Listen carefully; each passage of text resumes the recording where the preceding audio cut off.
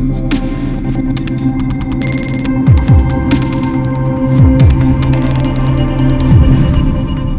along, my name is Chris Cook, your host for Toys of the Jedi. Now today I'm going to be covering all of the reveals for the last week from Hasbro's Star Wars Vintage Collection and Black Series, along with a little bit of news that you might have missed out on. All of that's coming up. So we're going to kick things off today with the Vintage Collection reveals. Now, on the 26th of January, in Hasbro's last Fan First Friday live stream, they did state that they were going to start doing these pipeline reveals. Now, I took that to mean that they were going to be months in the future that these things were actually going to hit store shelves and get into our hands. Turns out they're actually getting them to us a little bit closer than that, and the first ones out of the gate are Lando Calrissian in his Bespin outfit and IG-11 from The Mandalorian. So looking at Lando Calrissian here, he is in his Bespin outfit. Ideally we would have got this about a year ago when the carbon freezing chamber was put out, so a bit of product synergy with what's on the shelf, but hey, better late than never. Now, Emily Cantalupe, the senior product designer at Hasbro, has said that they're very excited to create a fully newly tooled figure for Lando Calrissian. He's detailed with an excellent likeness, and the photoreal printing that they always use as well in place as well. They've given him a fantastic fabric cape so he can sit in the Millennium Falcon cockpit should you want him to, and they've also used double-sided printing to keep the cape nice and thin for flexibility. So that's got the gold on the inside and the blue on the outside, as you would expect. He's also going to come with his blaster rifle seen here. Now, I think this looks like an absolutely fantastic figure. Really does have the look of the Black Series version of this figure, actually. Be quite interesting to know at some point if they've actually just scaled that down. Not entirely sure about the cut across the waist. I know you want that articulation in there, but it always seems to be quite jarring and draws the eye to it. Be interesting to see this in person when we actually get our hands on it as to whether it works that way and functions. Looks to be some lovely little bits of articulation on the ankles. They do look just to be standard forwards and backwards movement in the actual within the ankle, not the rockler ankles as we've seen previously, but the rest of it does seem to be much better articulated than the previous 2004 original trilogy collection version. All in all, very nice figure by the looks of things. Very excited to see what he looks like on a vintage card back. Moving over to IG-11 now, and they have provided us with a whole load of images for this figure. Looks to be super articulated all the way through. Looks to be some quite spindly joints there as well, but looks to be a completely new sculpt from the IG-11 droid from back in the Saga collection in 2007, I think it was. Quite a while back since we first got that sculpt. Still holds up very well today, by the way.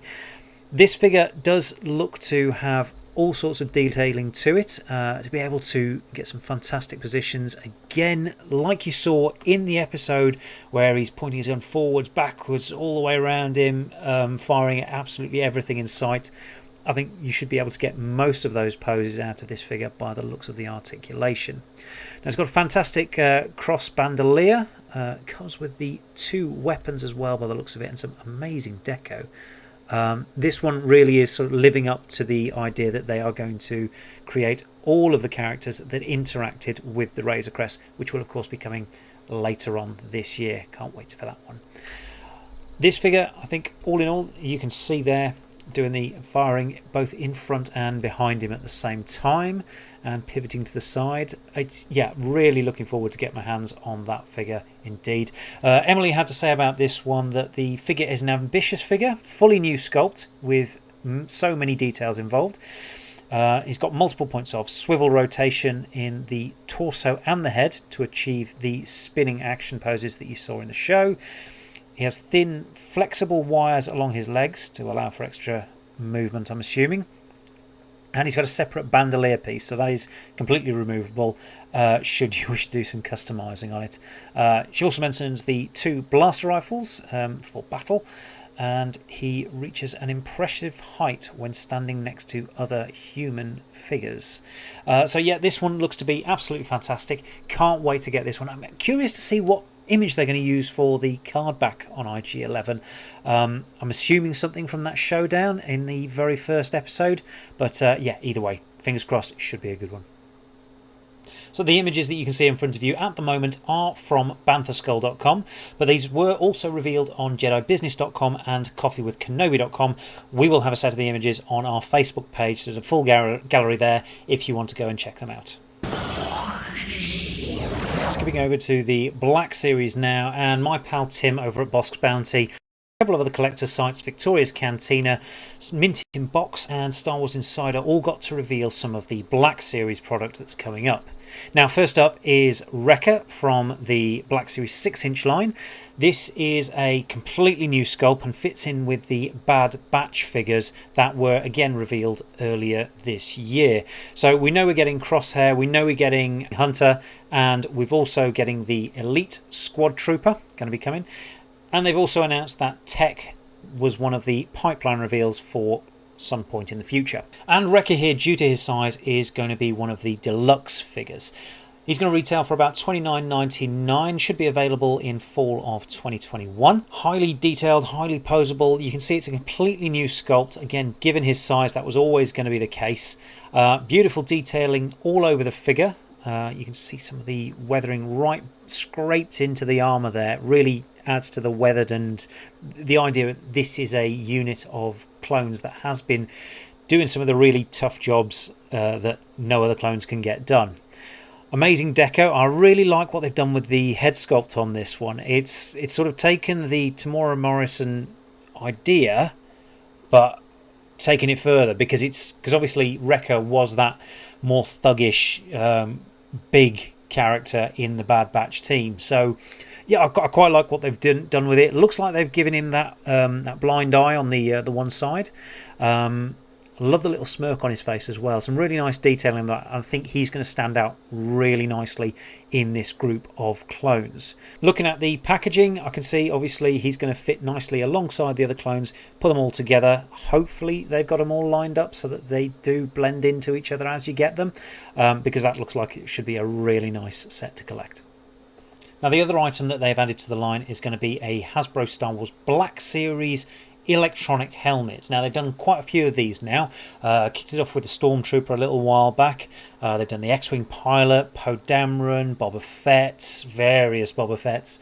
But now they're coming out with a First Order Trooper. This looks like it's probably going to be a bit of a repaint of the Cardinal one they released a while ago, or revealed a while ago, I should say. It looks to be very smooth all over. I really do like the look of this one, actually. Having seen some of the Enovis ones at Celebration a couple of years ago and trying one on, it had a really nice fit to it. I do like the style of it. It's not quite the original trilogy ones for me, but that said, it does still look very nice. The box looks to be very interesting as well. It's got a slight angle to one of the corners, just giving it that little bit of detail there. But otherwise it should stand nicely next to all of the other Black Series helmets in your collection. Now, this one should be available very soon. It's said to be retailing for about $99.99 and should be available in spring. So spring, we're in spring, should be on store shelves any day now. So one of the other things that's had a little bit of news come out since we last spoke is the numbers for the Vintage Collection Original 96 figures of Princess Leia, Paplu and the AT-ST driver. Found by StarWarsFigurine.com, a website I'll provide a link to in the description. Paplu is VC190. Princess Leia in her Endor outfit is 191, and the AT-ST driver is going to be VC192. These are supposed to be shipping in spring, so again, supposedly anytime soon. They still haven't put up any pre-orders on Walmart.com for these figures, so yeah, still a little bit of a waiting game as to when these will actually appear, and we're going to be ready for that. The other thing I would like to say is that there have been a host of podcasts, questionnaires, all sorts of bits and pieces that Hasbro have done with some of the other fan channels, and there's some good information that's come out of those. I will leave some links in the description down below for where you can find those, as there's some good information in there, but those fan sites have done the hard work, so they should be able to pass that information on to you. And that's our show for this week. If you've enjoyed the show, please do click the like button and subscribe to the channel. Both of those things do tell YouTube that you've enjoyed this and to share it with other people. In turn, it helps the channel to grow a bit further. So yeah, the other thing I wanted to say was to do check out our page if you're on Facebook. We do have all of our galleries of any of the images that you will have seen in the show today and all the previous live streams and what have you that have gone on before. All of that's available for your viewing pleasure. We are also available on Twitter and Instagram. That's at Toys Jedi and at Toys of the Jedi, respectively. We do our daily figure of the day posts on both of those platforms. Again, something to get out there and get you talking and some bit of enjoyment for your day to look forward to every day. Anyway, until next time.